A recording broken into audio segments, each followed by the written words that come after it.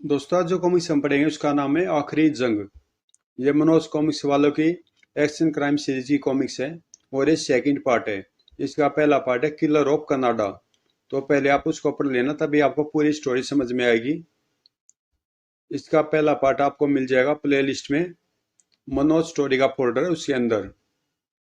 यहाँ तक इस स्टोरी हम पढ़ चुके हैं किलर ऑफ कनाडा में, तो अब आगे पढ़ते हैं। उस दिन इंस्पेक्टर राज जगवीर की फोटो लिए पूरे शहर के होटलों।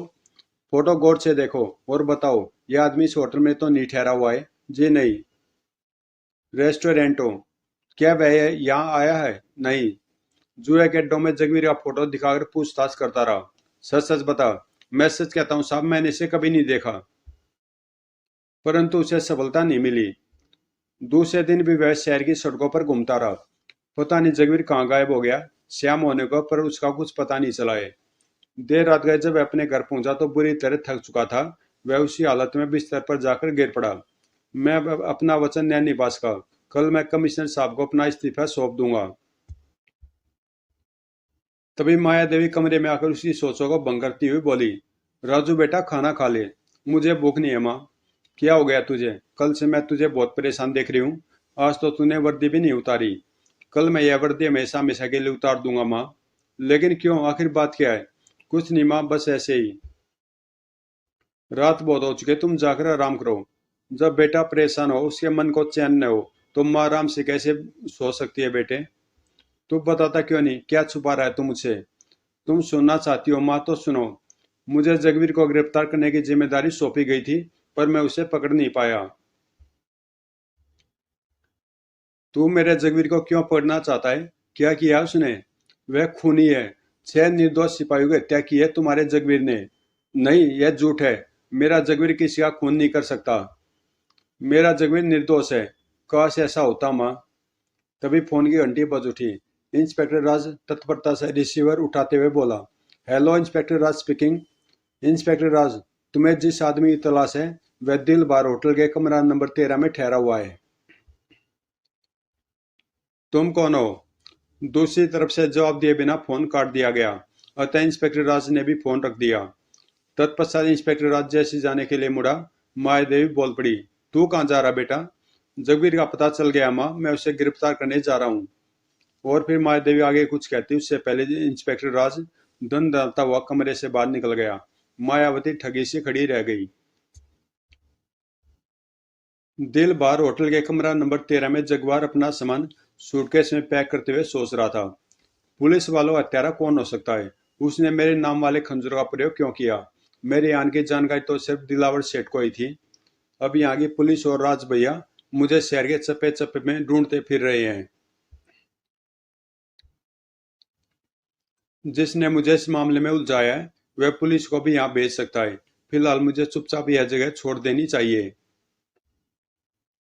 अभी जगवार सूटकेस बंद करे चलने को तैयार ही हुआ था कि कमरे का दरवाजा झटके से खुल गया। आगंतुक पर नजर पड़ते ही जगवार बरबसी बोल पड़ा, राज भैया। भड़ाक।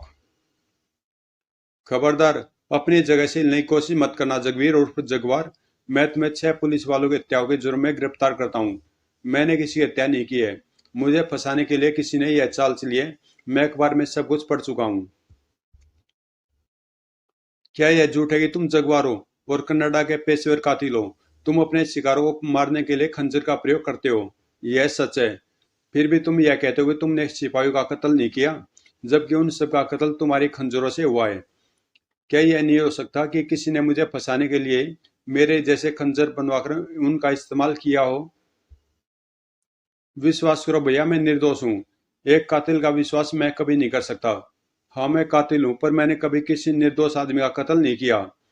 क्या केवल खन्ना निर्दोष नहीं था जिसे तुमने उसे घर समेत जलाकर मार दिया? केवल खन्ना एक स्मगलर था। उसी ने मुझे स्मगलिंग के माल के साथ पकड़वाया था। उससे बदला लेने के लिए मैं हवालात से भाग निकला और केवल खन्ना के घर को आग लगा दी। पुलिस मुझे ढूंढ रही थी, अतः मैं छुपता फिर रहा था। तब दिलावर सेठ ने मेरी मदद की। उसने मेरा नकली पासपोर्ट और वीजा बनवाकर अपने एक आदमी के साथ मुझे कनाडा भिजवा दिया। वहां जाकर मैं जुर्म की दलदल में धंसता चला गया और एक पेशेवर कातिल बन गया। पर मैं जिस केवल खन्ना को मरा हुआ समझ रहा था वह 1 माह पहले अचानक मुझे कनाडा में नजर आ गया। वहां वह रॉबिन्सन के नाम से जाना जाता है। मैं उसी की तलाश में यहाँ आया हूँ। केवल खन्ना मरा नहीं बल्कि जिंदा है और भारत नगर में है। अगर यह बात थी तो तुम मेरी जान के दुश्मन कैसे बन गए? तब जगवार ने इंस्पेक्टर राज को वह सारी बातें बता दी जो दिलावर ने उसे राज के बारे में बताई थी। जगवार की बात सुन इंस्पेक्टर राज सोच में डूब गया। आखिर दिलावर ने जगवीर को मेरे खिलाफ भड़काने की कोशिश क्यों की, जबकि मैं दिलावर को जानता तक नहीं।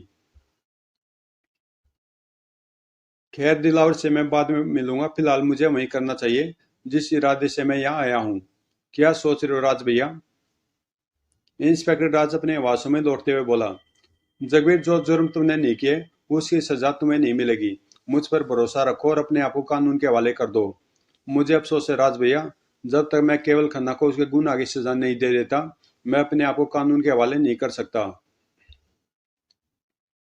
तुम भाग नहीं सकते जगवीर। अगर तुमने कोई गलत हरकत की तो मैं गोली चलाने में तनिक भी संकोच नहीं करूंगा।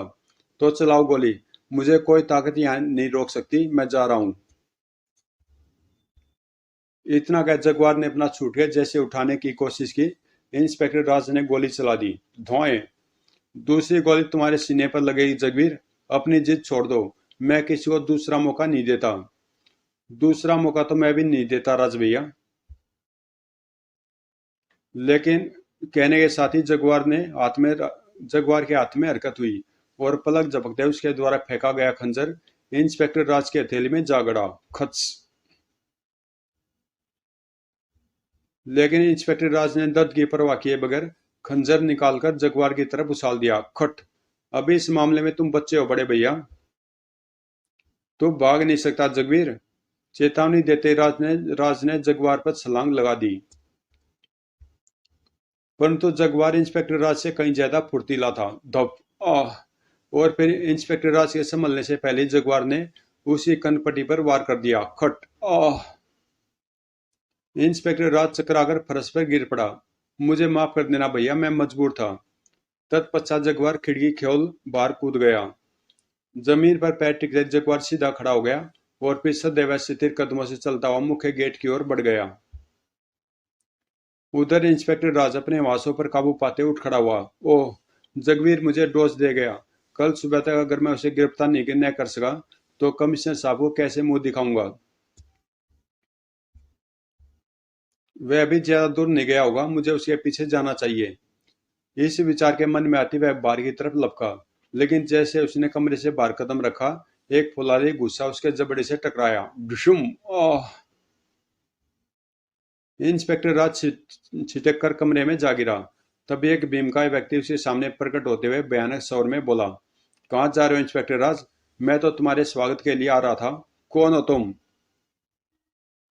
तभी दिलावर अपने गुर्गों के साथ कमरे में दाखिल होते हुए गुर्राया। तेरी मौत है या इंस्पेक्टर राज।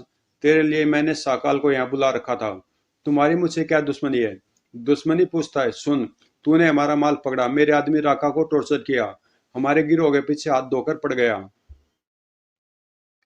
तूने दिलावर से ऐसी दुश्मनी ली है इंस्पेक्टर, जो तेरी मौत के बाद ही खत्म हो सकती है।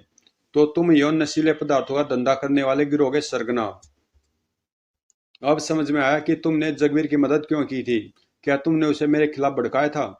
यही नहीं इंस्पेक्टर, तुम्हारे सिपाहियों का कत्ल भी मैंने ही करवाया था। हा हा हा।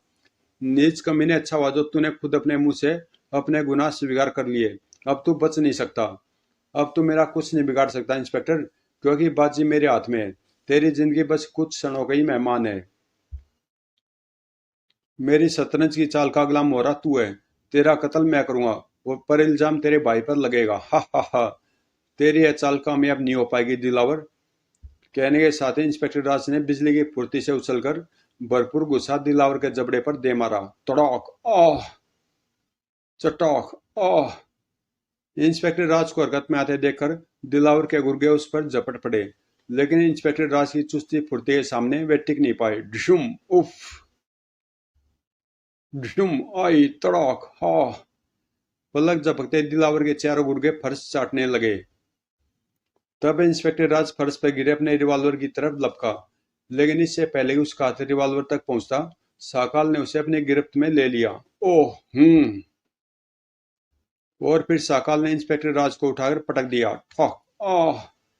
फिर इससे पहले कि इंस्पेक्टर राज संभल पाता, साकाल उसे अपने फुलादी शिकंजे में कसते हुए गुर्रा उठा। मैं तेरी गर्दन मरोड़ दूंगा इंस्पेक्टर। आह! नहीं साकाल, इसकी मौत मेरे हाथों में से लिखी है। तो फिर जो करना जल्दी करो बॉस, वरना अपना खोपड़ी उलट उलट जाएगा। साकाल की बात खत्म होते ही दिलावर ने खंजर इंस्पेक्टर राज की पसली में उतार दिया। धस! आह! फिर साकाल ने इंस्पेक्टर राज को अपनी गिरफ्त से मुक्त कर दिया। इंस्पेक्टर राज का शरीर थोड़ी देर तड़पने के बाद शांत हो गया। साकाल, इसे ले जाकर पुराने खंडर में फेंक दो। कल सुबह जब इसकी लाश पुलिस को मिलेगी तो इसके जिस्म का काफी हिस्सा जंगली चूहे कुतर चुके होंगे। जो हुक्म बॉस। तत्पश्चात साकाल इंस्पेक्टर राज को कंधे पर लाद वहां से चल दिया। मेरे रास्ते का एक कांटा तो हट गया, अब दूसरे का इंतजाम भी जल्द करना होगा। वीरान खंडर के एक सुरक्षित कोने में सुस्ताते हुए जगवीर हालातों पर विचार कर ही रहा था कि अचानक किसी वाहन के आकर रुकने की आठ पात चौंक उठा। इतनी रात गई, यहाँ कौन आ सकता है? कहीं राज भैया को मेरे यहाँ होने का पता तो नहीं चल गया? सह संकित मन से जगवीर एक दरार से बाहर झांकने लगा। बाहर का दृश्य देख उसकी सोचों को जबरदस्त झटका लगा। वो लगता वह किसी की लाश ठिकाने लगाने के इरादे से यहाँ आया है। आगंतुक आगंतुक और कहीं साकाल ही था। वह इंस्पेक्टर राज के सिर को कंधे पर उठाए हुए खंडर की तरफ बढ़ रहा था। साकाल लाश को खंडर के अंदर छोड़कर वापस लौट पड़ा। साकाल के जाते जगवीर लाश के निकट पहुंच गया, परंतु मृतक को पहचानते ही वह भावविह्वल हो चीख उठा। नहीं, नहीं भैया नहीं, तुम माँ को छोड़कर नहीं जा सकते, तुम नहीं मर सकते। तभी इंस्पेक्टर राज होले से कराया। आह! ओह!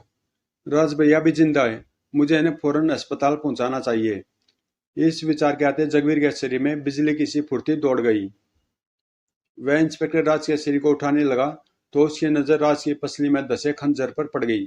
यह तो मेरे जैसा खंजर है, मेरा शक ठीक निकला, कोई मुझे फंसाने की कोशिश कर रहा है। वह कोई भी हो जिसने मेरे भाई की जान लेने की कोशिश की है, मैं उसे जिंदा नहीं छोड़ूंगा। उसकी मौत इसी खंजर से होगी। तत्पश्चात जगवीर ने खंजर साफ कर अपने ओवरकोट की जेब में रख लिया और इंस्पेक्टर राज के शरीर को बाहों में उठा तेज कदमों से सड़क की ओर चल दिया। इंस्पेक्टर राज के बुरी तरह जख्मी होने का समाचार मिलते ही कमिश्नर पांडे ने पुलिस अधिकारियों की मीटिंग कॉल की और बोले।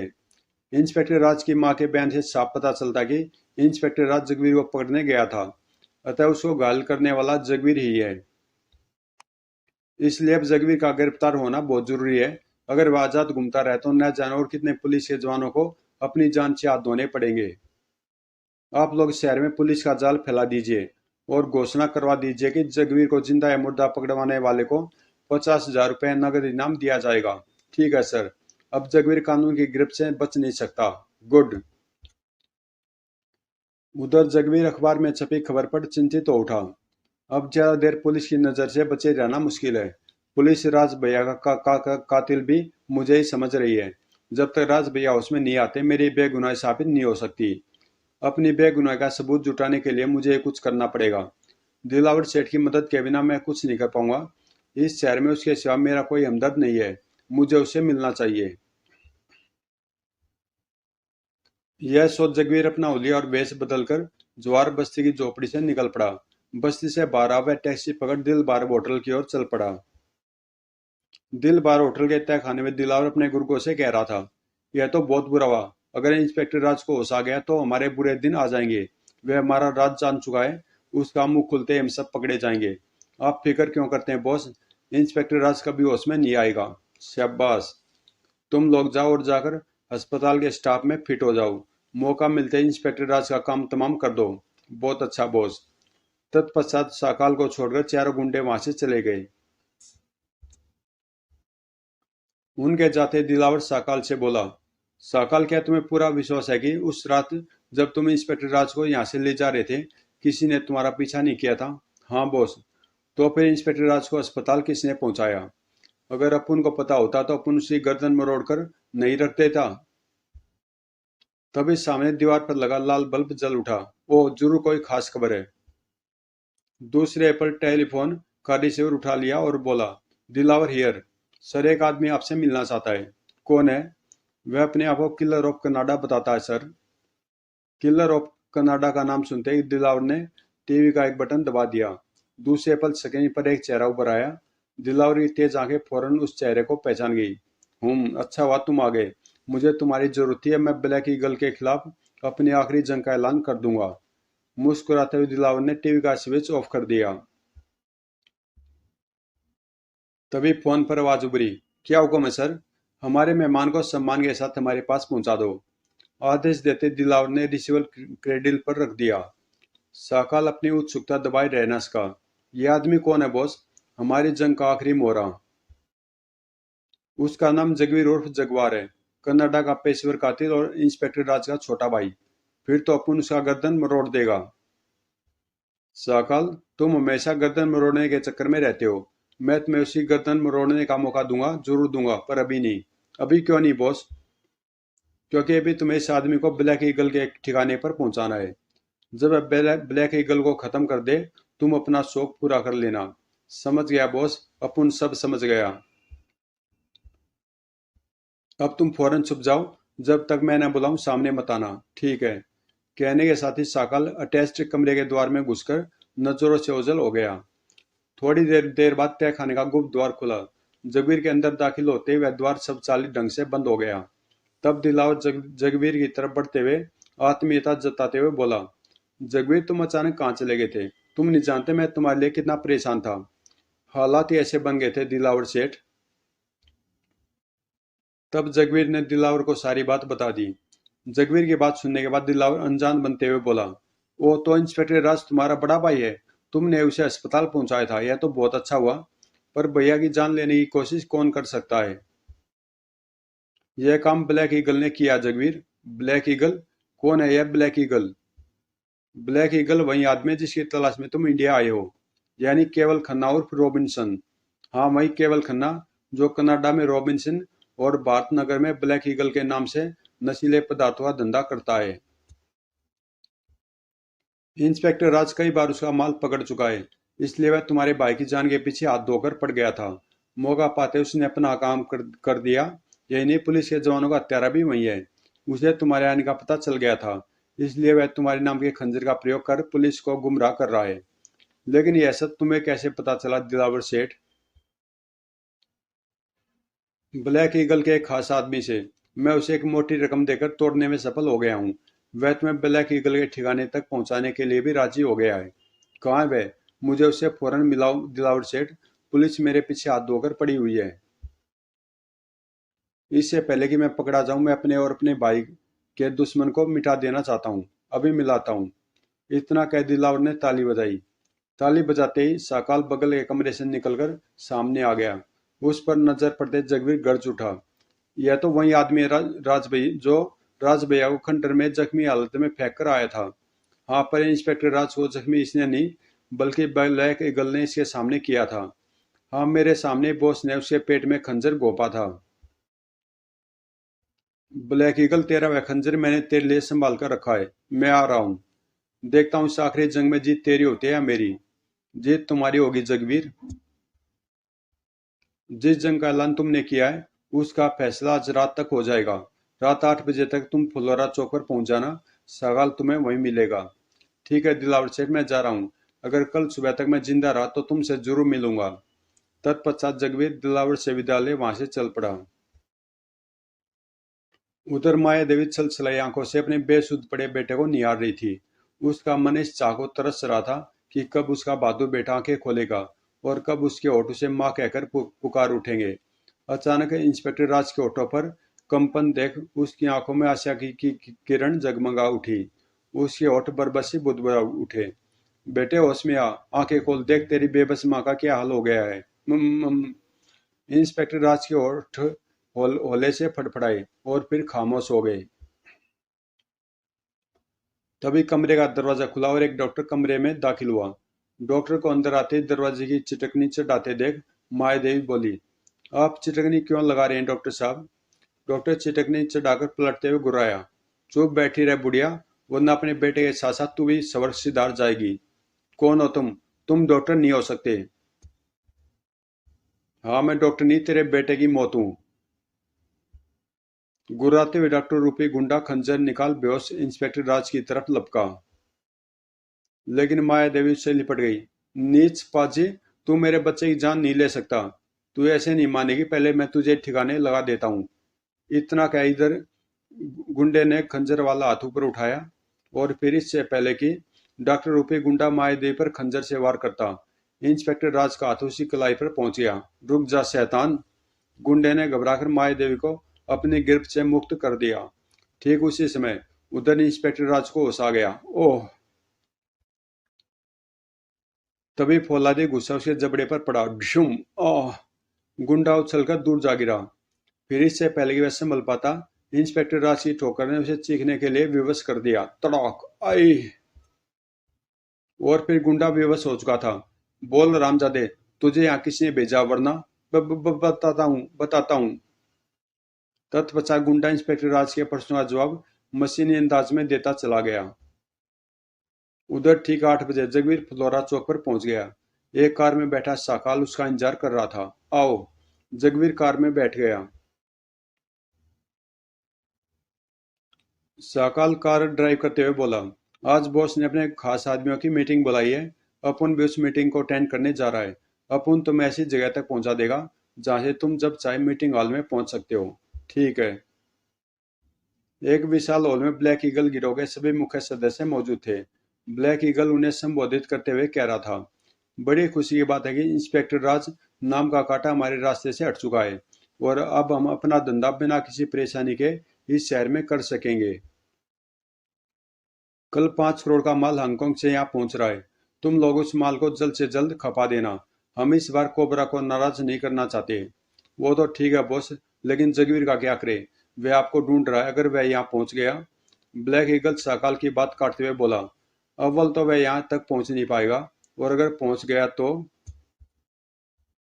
लेकिन ब्लैक ईगल की बात अधूरी रह गई। मैं पहुंच गया हूँ, केवल खन्ना उर्फ रॉबिन्सन उर्फ ब्लैक ईगल। ओह, तो तुम मेरी असलियत जान चुके हो। अब तुम यहाँ से जिंदा वापस नहीं जा पाओगे। मैं जिंदा वापस जाने के लिए नहीं, तुझे वहां पहुंचाने के लिए आया हूँ जहां आज से 5 साल पहले तुझे पहुंच जाना चाहिए था। शेर की मान में घुसकर शेर को धमकी देता है मूर्ख। फिर वह अपने साथियों से बोला, खत्म कर दो इसे। ब्लैक ईगल का आदेश मिलते सबके हाथों में रिवॉल्वर चमक उठे थे। परंतु इससे पहले कि वे जगवीर का निशाना बनाते, जगवीर के हाथों से निकलने वाले खंजरों ने मौत का तांडव शुरू कर दिया। धच खच, आह आह, आई आह। देखते देखते साकाल को छोड़कर ब्लैक ईगल के सारे आदमी भगवान को प्यारे हो गए। साकाल को खामोश बुत बने खड़े देख ब्लैक ईगल दाड़ उठा। साकाल, तुम चुप क्यों खड़े हो? उस शैतान पर मौत बनकर टूट पड़ो। वह तुम्हारा आदेश नहीं मानेगा केवल खन्ना, क्योंकि वह बिक चुका है। जगवीर के शब्द सुन ब्लैक ईगल चौंका। ओह, धोखा! दूसरे एप्पल वह रिवॉल्वर तानते हुए गुर्राया। अब तुम दोनों बच नहीं सक। अभी उसकी धमकी पूरी भी न हुई थी कि जगवीर के हाथ से निकला खंजर सनसनाता हुआ उसके सीने में जा घुसा। धच श्यू, आह! ब्लैक ईगल लहराकर फर्श पर गिर पड़ा। केवल खन्ना, यह वही खंजर है जो तूने मेरे भाई इंस्पेक्टर राज को घोंपा था। मैंने इंस्पेक्टर राज को नहीं मारा। कहने के साथ ही ब्लैक ईगल की गर्दन एक तरफ ढुलक गई। मरते हुए भी तुम झूठ बोलने से बाज नहीं आए केवल खन्ना। तभी साकाल कर्कश स्वर में बोला, वह झूठ नहीं बोला जगवीर। क्या मतलब? मतलब यह है कि तुम्हारे भाई को खंजर दिलावर ने घोंपा था। वह कोबरा का खास आदमी एजेंट क्रॉस है। हमारा भावी बॉस भी वही है। अपुन को उसी की मदद के लिए यहाँ भेजा गया था। ओह! अपुन को हुक्म हुआ था कि ब्लैक ईगल का काम तमाम होते ही अपुन तुम्हारा गर्दन मरोड़ने को फ्री है। बहुत दिनों से अपुन किसी का गर्दन नहीं तोड़ा। आज तुम्हारा तोड़ूंगा। हा हा हा। अच्छा हुआ तूने सच्चाई उगल दी साकाल। मैं तुझे और तेरे भाई बॉस दिलावर को जिंदा नहीं छोड़ूंगा। उधर दिलावर शक्तिशाली ट्रांसमीटर पर कोबरा को मैसेज दे रहा था। चीफ, अब तक ब्लैक ईगल और इंस्पेक्टर राज दोनों ठिकाने लग चुके होंगे। मेरे लिए क्या हुक्म है? Good agent cross. Black eagle खत्म होते तुम वहां का चार्ज संभालो। हमारा माल कल नहीं परसों रात भारतनगर पहुंचेगा। ओके चीफ, अब मैं सब संभाल लूंगा। तब दूसरी तरफ से संबंध विच्छेद कर दिया गया, अतः दिलावर ने भी माइक रख दिया। परंतु जैसे ही वह पलटा, उसकी आंखों में दुनिया भर का आश्चर्य सिमट गया। तो तुम जगवीर, हैरान क्यों रहे हो दिलावर सेठ और एजेंट क्रॉस? तुम्हें खत्म किए बगैर मेरी जंग खत्म नहीं हो सकती। यह वही खंजर है दिलावर, जो तुमने मेरे भाई को गोपा था। तो तुम सब कुछ जान चुके हो, लेकिन सब कुछ जानते हुए भी तुमने यहाँ आकर जानबूझकर अपनी मौत को दावत दे दी है। जरा निगाहें उठाकर अपने चारों ओर देखो। जगवीर ने निगाहें उठाई तो चौंक उठा। ओह, इस बटन के दबाते उन बंदूकों से निकलने वाली सैकड़ों गोलियां तुम्हारे जिस्म को छलनी कर देंगी। तुम्हारी धमकी मेरे फैसले को नहीं बदल सकती दिलावर सेठ। इस आखिरी जंग में अगर मैं मारा भी जाऊं तो परवाह नहीं, तुम्हारी मौत निश्चित है। कहने के साथ ही जगवीर ने खंजर दिलावर की तरफ फेंका। निशाना चूक था। खच। आह!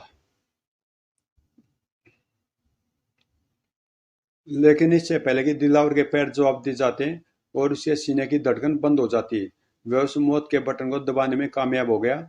बटन दबाते गोलियों का बौछार शुरू हो गई। माँ, धाएं धाएं धाएं। और जब बंदूकें शांत हुई तो जगवीर का गोलियों से छलनी हुआ लहूलुहान शरीर फर्श पर शांत पड़ा नजर आ रहा था। उसी समय इंस्पेक्टर राज पुलिस दल के साथ वहां पहुंच गया, लेकिन वहां का दृश्य देख इंस्पेक्टर राज स्तब्ध रह गया। हे भगवान, मैंने आने में बहुत देर कर दी। फिर इंस्पेक्टर राज लपक कर जगवीर के निकट पहुंच गया और जगवीर का सिर अपने पांव गोद में ले बराए स्वर में बोला, यह क्या किया तूने भाई? आज फिर तू किसी से कुछ कहे बिना चल दिया। मैं माँ को क्या जवाब दूंगा? बू! कहते कहते इंस्पेक्टर राज सुबह उठा। उसकी दर्द भरी सुबकियों की आवाज से वातावरण नम हो उठा। दूसरे दिन जगवीर की चिता को आग देते हुए इंस्पेक्टर राज की आंखें एक बार फिर बरस उठी। मुझे माफ कर देना भाई, मुझे माफ कर देना। और मायावती पत्थर की प्रतिमा बनी अपने छोटे बेटे को आग की लपटों में सवा होते खामोशी से देख रही थी। उसका मन हाहाकार कर रहा था, मानो कह रहा था, पहले बिछड़ा था तो उम्मीद थी कि तू एक दिन लौटेगा जरूर, पर इस बार तू ऐसे बिछड़ा मेरे लाल कि फिर कभी लौट कर आने की उम्मीद भी नहीं छोड़ी। समाप्त। तो दोस्तों, ये कॉमिक्स यहीं पे समाप्त होती है। और एक बहुत ही बढ़िया और अच्छी सीरीज थी ये दोनों कॉमिक्स, इसके दोनों पार्ट। तो मिलते हैं किसी अगली कॉमिक्स में।